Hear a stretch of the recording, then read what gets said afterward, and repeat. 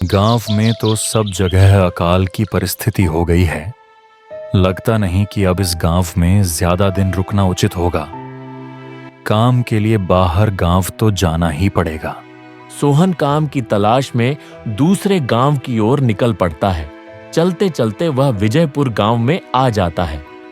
वहां उसका रहने का कोई ठिकाना नहीं था और उसके पास कोई काम भी नहीं था। चलते चलते वह एक अमीर किसान मोहन सेठ के पास आ पहुंचता है। सेठ जी, मैं सोहन दूसरे गांव से आया हूं। हमारे गांव में अकाल की परिस्थिति हो गई है। लोगों के खेत सूखे पड़े हैं। गांव में बूंद बूंद पानी के लिए लोग तरस रहे हैं। अगर मुझे आपके पास कुछ काम मिल जाएगा तो बहुत कृपा होगी बड़े भाई। अरे रे रे, लगता है तुम्हारी हालत बहुत खस्ता हो गई है। ठीक है, वैसे मेरे पास एक काम तो है, पर लगता नहीं कि तुम वो कर पाओगे। सेठ जी, आप चिंता ना करें। मुझे आप कोई भी काम दे सकते हैं। मैं वह काम पूरी मेहनत और ईमानदारी से करूंगा। अच्छा ठीक है सोहन, तो कान खोलकर सुन लो। मेरे पास 50 गाय और 50 भैंस हैं। तुम्हें हर रोज उन जानवरों का गोबर निकालना होगा और रोज सुबह शाम उन्हें चारा पानी देना होगा। महीने के आखिर में तुम्हें इस काम के लिए 200 रुपए मिलेंगे और हाँ, 2 वक्त का खाना भी हमारी तरफ से मुफ्त दिया जाएगा। बोलो, क्या तुम यह काम कर पाओगे? अरे बाप रे, 50 गाय और भैंसों को संभालना आसान काम नहीं है। पर अब मैं कुछ कर भी तो नहीं सकता। और ऊपर से सेठ जी 2 वक्त का खाना भी दे रहे हैं। ठीक है सेठ जी, मैं यह काम कर लूंगा, पर एक विनती है। हाँ बोलो सोहन, क्या बात है? सेठ जी, अगर आपको समस्या ना हो तो क्या मैं आपके गायों के साथ गौशाला में रह सकता हूँ? सेठ जी, मैं इस गांव में नया आदमी हूँ। मेरा रहने का कोई ठिकाना नहीं है। ठीक है सोहन, तुम गौशाला में रह सकते हो। जी धन्यवाद सेठ जी। तब से सोहन गौशाला में रहकर अपना काम करने लगता है। मोहन सेठ को भी सोहन का काम बहुत पसंद आने लगा, क्योंकि वह अपना काम सफाई से करता था। एक दिन मोहन सेठ सोहन को बुलाकर बोलता है, सोहन, मुझे तुम्हारा काम बहुत पसंद आया है। तुम गाय और भैंसों का अच्छा ख्याल रख रहे हो, इसलिए दूध की गुणवत्ता भी बढ़ गई है और गाय पहले से ज्यादा दूध भी दे रही है। इसलिए मैं आज से तुम्हारी तनख्वाह बढ़ाकर पूरे 400 रुपये कर रहा हूँ। आपका बहुत बहुत धन्यवाद सेठ जी। कुछ दिन ऐसे ही बीतने लगते हैं। सोहन मोहन सेठ के पास बहुत मेहनत और ईमानदारी से काम करता है। धीरे धीरे सोहन के पास अच्छा खासा रुपया जमा हो जाता है, जिससे वह अपने लिए छोटा सा रहने लायक एक कुटिया बनवा लेता है। उस गौशाला में सोकर तो नाक से गोबर की गंध अभी भी नहीं जा रही। अब आखिरकार मुझे अपने घर में चैन से सोने को तो मिलेगा। तब से सोहन मोहन सेठ के पास गौशाला में काम करने आता और 2 वक्त का खाना खाकर अपने घर सोने के लिए चला जाता था। कई साल ऐसे ही बीत जाते हैं। सोहन की मेहनत के कारण उसके पास अच्छा खासा रुपया जमा हो जाता है। एक दिन सोहन मोहन सेठ से बोलता है, सेठ जी, आजकल गांव में चोरी की समस्या बहुत बढ़ गई है और मेरे पास कुछ रुपए भी जमा हैं जो मैंने अपने घर में रखे हुए हैं, पर मुझे उन पैसों की चोरी की चिंता हो रही है। आपको तो पता है कि मैं दिन भर आपके पास ही काम करता हूं और सिर्फ रात में ही घर सोने जाता हूं। इसलिए मुझे रोज उन पैसों की चोरी की चिंता सताती है। हाँ सोहन, तुम बात तो बिल्कुल सही कह रहे हो। आए दिन गांव में नए नए चोरी के किस्से सामने आ रहे हैं और दिन भर तो तुम्हारा घर खाली ही रहता है, तो चोरी होने की संभावना तो जरूर है। मोहन सेठ थोड़ी देर सोचते हैं और फिर कहते हैं, देखो सोहन, ऐसे समय में तो गांव में एक ही जगह है जहां पर तुम्हारा धन सुरक्षित रह सकता है, और वो है जमींदार का घर। क्या जमींदार का घर? हाँ सोहन, इस गांव के जमींदार बहुत ही ईमानदार और दयालु हैं। ऐसा मैंने कुछ लोगों से सुना है और उनके घर पर बहुत सारे पहरेदार भी हैं, तो चोरी होने की संभावना बहुत कम है। तुम अपने पैसे उनके पास रख सकते हो। अच्छा, ऐसा है क्या सेठ जी? ठीक है, फिर आज ही मैं जमींदार जी से मिलकर बात करता हूं और उन्हें अपनी समस्या बताता हूं। उस दिन सोहन जमींदार जी के घर पहुंचता है। ए तू, रुको, कहां अंदर आए जा रहे हो? वहीं रुक जाओ। जी जी, मुझे जमींदार जी से मिलना है। मुझे उनसे कुछ काम है। क्या काम है तुमको उनसे? मुझे जरा बताओ। जी, मुझे कुछ पैसे रखवाने थे उनके पास, यही काम के लिए आया था मैं। अच्छा, ठीक है, तुम अंदर जा सकते हो।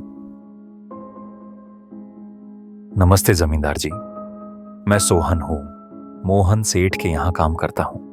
कुछ साल पहले ही मैं दूसरे गांव से यहाँ आया हूं। अच्छा सोहन, बोलो, तुम्हारा क्या काम है मेरे पास? जमींदार जी, मैं सालों से मोहन सेठ के पास काम कर रहा हूं और मैंने कुछ रुपए भी जमा कर लिए हैं। पर बात यह है कि गांव में चोरी की समस्या बहुत बढ़ गई है, तो मुझे अपने रुपए घर में रखने से डर लग रहा है। अच्छा, कितने रुपए जमा किए हैं तुमने? जमींदार जी, यही कोई 50,000 रुपए होंगे मेरे पास। वाह, ये तो बड़ी रकम है। मैंने आपकी ईमानदारी के बारे में लोगों से बहुत सुना है, इसीलिए मैं अपनी रकम आपके पास कुछ वक्त के लिए रखने आया हूं। हाँ सोहन, तुमने बिल्कुल सही सुना है। तुम्हारी रकम मेरे पास पूरी तरह से सुरक्षित रहेगी। तुम अब चिंता ही छोड़ दो, मैं सब देख लूंगा। ये पूरे 50,000 रुपए हैं, आप गिन कर देख लीजिए। गिनने की क्या जरूरत है? तुम तो मोहन सेठ के आदमी हो, मुझे तुम पर पूरा विश्वास है। जमींदार जी, आपका बहुत बहुत धन्यवाद। अब मुझे चोरों का कोई डर नहीं है, क्योंकि मेरे पैसे सुरक्षित हाथों में हैं। अरे सोहन, कोई बात नहीं। धन्यवाद तो मुझे बोलना चाहिए, जो तुम मेरे पास आए अपने रुपए रखने के लिए। सोहन अपने पैसे जमींदार को देकर अपने घर चला जाता है। हाँ सोहन, तुम्हारे पैसे मेरे हाथों में ही अच्छे लगते हैं। ऐसे ही सोहन ईमानदारी और मेहनत से मोहन सेठ के यहाँ काम कर रहा था। देखते ही देखते 2 साल ऐसे ही बीत जाते हैं। एक दिन सोहन सोचता है, अब बहुत साल हो गए मोहन सेठ के यहां काम करते हुए। वैसे सेठ जी तो अच्छे इंसान हैं, लेकिन सोच रहा हूं कि खुद की जमीन लेकर उस पर मेहनत करूं, तभी मैं बड़ा आदमी बन सकता हूं। मेरे पास जो थोड़े पैसे हैं और जो 50,000 रुपए जमींदार जी के पास रखे हैं, उन्हें लेकर एक छोटी सी जमीन खरीद सकता हूं। सोहन ये सोचकर जमींदार जी के घर पहुंचता है। नमस्ते जमींदार जी, मैं अपने रुपए वापस लेने आया हूं। आपके पास 50,000 रुपए रखवाए थे संभालने के लिए। अरे भाई साहब, मैंने पहचाना नहीं आपको। वैसे कौन हो आप? जमींदार जी, मैं सोहन हूं, मोहन सेठ के यहां काम करता हूं। पिछले साल मैंने आपसे अपनी जमा राशि आपके पास रखवाई थी। भाई साहब, मेरे पास कितने लोग आते हैं, जाते हैं, पैसे रखते हैं। सबका व्यवहार मेरे पास कागज पर होता है। आपके पास कोई दस्तावेज है क्या? जमींदार जी, यह क्या कह रहे हैं आप? आपकी ईमानदारी देखकर ही मैंने भरोसे से पैसे दिए थे। कृपया मेरे रुपए लौटा दीजिए। देखो सोहन, मैं तो ईमानदारी से ही काम करता हूं। जब तक कोई स्टैम्प पेपर या दस्तावेज नहीं होता, मैं पैसे नहीं लौटाता। नहीं जमींदार जी, मैं आपके पैर पड़ता हूं। ये पैसे बड़ी मेहनत से जमा किए थे, मुझ पर ऐसा अन्याय ना करें। अरे ये क्या नाटक कर रहे हो? लगता है तुम मेरी ईमानदारी का फायदा उठाने आए हो। जमींदार अपने आदमियों को बुलाता है। इस धोखेबाज को सबक सिखाओ। तब तक मारो जब तक बेहोश ना हो जाए। इसने मेरी ईमानदारी पर सवाल उठाया है। जमींदार के आदमी सोहन को बेरहमी से पीटते हैं। सोहन घायल और निराश होकर घर लौटता है। उसके शरीर पर घाव के निशान उभर आए हैं। अगले 2 दिन वह काम पर नहीं जा पाता। तीसरे दिन मोहन सेठ खुद उससे मिलने आता है। सोहन भाई, तुम 2 दिन से काम पर नहीं आए, क्या हुआ भाई? तबीयत ठीक है ना तुम्हारी? कुछ समस्या है क्या? अरे सेठ जी, आप खुद यहां आए हो। आप खबर भिजवाते तो मैं ही चला आता। कोई बात नहीं, तुम्हें देखकर लग रहा है जैसे तुम बीमार हो। क्या हुआ है तुम्हें? सेठ जी, जिस जमींदार के पास मैंने अपने पैसे संभालने को दिए थे वह अब वापस देने से मना कर रहा है। बहुत ही लालची और धूर्त इंसान है। जब मैंने गिड़गिड़ाया तो उसने मेरे साथ मारपीट करवाई और मुझे धक्के मारकर निकाल दिया। बाप रे, ये तो बड़ा ही गंभीर विषय है। मैंने तो जमींदार के बारे में अच्छा ही सुना था। मुझे भी नहीं पता था कि वो इतना गिरा हुआ आदमी है। तभी तो उसकी संपत्ति हर साल इतनी बढ़ती जा रही है। सोहन, मुझे माफ कर दो। मैंने ही तुम्हें जमींदार के पास भेजा था। गलती तो मेरी भी है। नहीं सेठ जी, आप तो मेरे भले के लिए ही सोच रहे थे। यह तो उस जमींदार का लालच और धोखा है। अब तो लगता है कि मेरे पैसे वापस नहीं मिलेंगे। सोहन, मेरे पास एक तरकीब है जिससे हम तुम्हारे पैसे वापस ले सकते हैं। सेठ सोहन के कान में पूरी योजना बताते हैं। हे ऊपर वाले, इस तरकीब को सफल होने देना। अगले दिन मोहन सेठ एक बड़ा सूटकेस लेकर जमींदार के घर पहुंचते हैं। अरे मोहन सेठ जी, आज आप खुद हमारे गरीब खाने आए हैं। बोलिए, यह सौभाग्य कैसे मिला? नमस्ते जमींदार जी। अरे सेठ जी, आप तो हमें लज्जित कर रहे हैं। वैसे मैं कुछ महीनों के लिए दूसरे राज्य में व्यापार करने जा रहा हूं। मैं यह लगभग 5 लाख रुपए लाया हूं। मुझे डर है कहीं ये चोरी ना हो जाए। क्या आप मेरे सारे पैसे अपने पास संभाल कर रख सकते हैं? आपके सिवाय इस गांव में और किसी पर भरोसा नहीं कर सकता। अरे सेठ जी, यह भी कोई पूछने की बात है? आपके पैसे मेरे पास बिल्कुल सुरक्षित रहेंगे। आप निश्चिंत होकर व्यापार करने जा सकते हैं। इस बार तो बड़ी मछली हाथ लगी है। बार बार ऐसा मौका नहीं मिलता। भारी माल हाथ में लगने वाला है। तभी वहां सोहन आ जाता है। अरे सोहन, तुम अच्छा हुआ कि आ गए। मैं तो तुम्हारे पास ही आने वाला था। माफ करना, उस दिन तुम्हें पहचान नहीं पाया।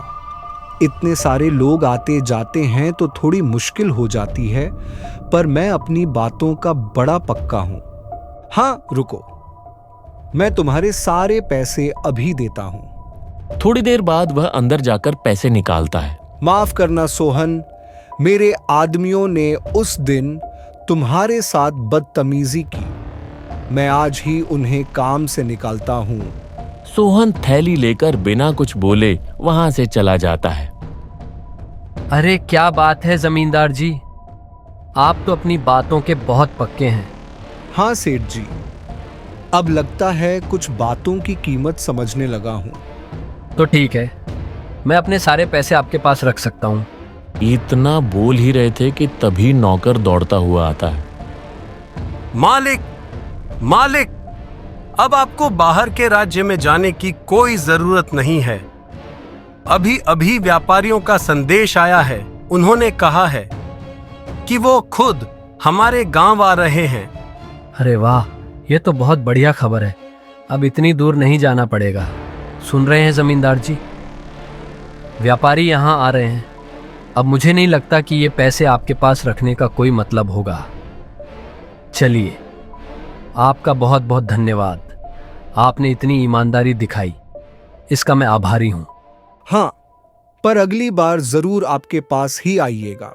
मोहन सेठ और नौकर पैसों का सूटकेस लेकर वहां से चले जाते हैं। धत्त तेरी की, ये क्या हो गया? ये 5 लाख रुपए तो चले गए और जो सोहन के 50,000 रुपए हड़प लिए थे वो भी वापस देने पड़ गए। आपका बहुत बहुत धन्यवाद सेठ जी। अगर आज आप न होते तो मेरी सारी जमा पूंजी जमींदार हड़प लेता। कोई बात नहीं सोहन, जो व्यक्ति मेहनत और ईमानदारी से कमाता है, ऊपर वाला उसका कभी बुरा नहीं होने देता, और जो हराम की कमाई का खाता है, उसका अच्छा कभी नहीं होता।